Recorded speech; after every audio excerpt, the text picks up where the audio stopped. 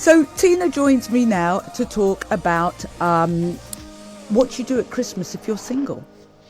Boxing Day is the biggest day of the year where people are online. Right, I don't know if it's the holidays that Oh, push them on. really? Yes, it's seasonally, so it's a good time to be online. People have time to kind of get on there and get busy. But for us, I think we see a huge surge during Christmas because friends, family, the whole kind of togetherness, people are all encouraging of they're single to meet someone. So for dating online, whatever dating app you're using, expand your distance settings as location's less important. You can kind of see more people because you're virtually dating most of the time. And make sure that you choose the right dating site for you initially. There's something from very serious to very casual, so you want to make sure that you're on one that aligns with what you're looking for. Now, what about New Year's Eve? Because that's if you're ever going to feel lonely, I think New Year's Eve is the time. And since your app is about friends introducing and suggesting someone, what do you do? Is it okay to ask your friends, who do you know? Might you know somebody single?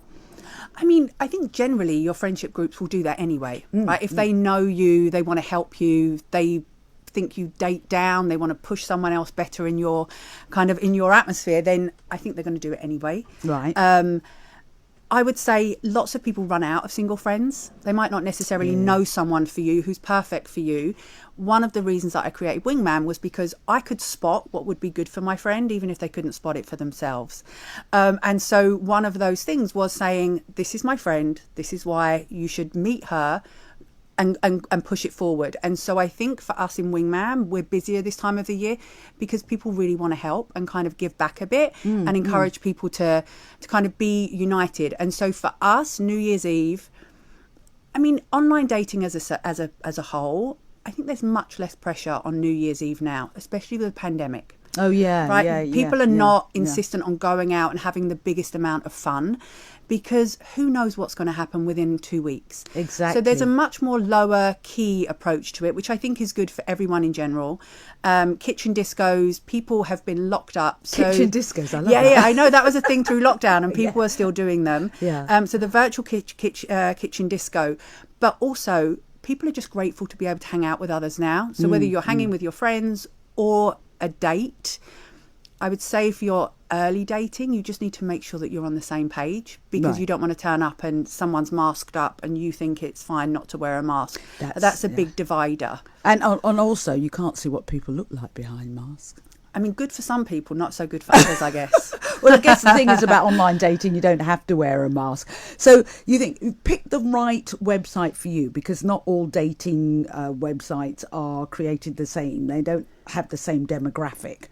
No, do you know what? I think there's something very casual if you're just looking for a hookup. Some people are, or there's something very serious where it's almost arranged marriage, right? So you want to find yourself on the right platform.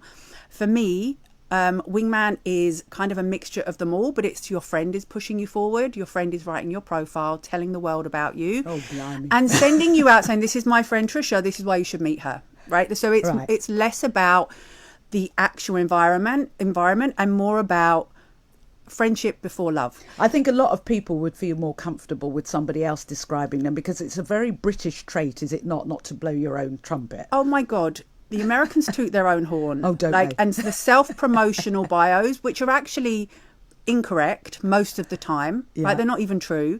But secondly, it's that thing, you're never going to talk about how great you are and without tooting. You just sound like you're blowing your own trumpet. Exactly be too that. Scared. So a friend can do that for you. When my friends wrote my dating profile a while ago, they said, she's not for the faint-hearted.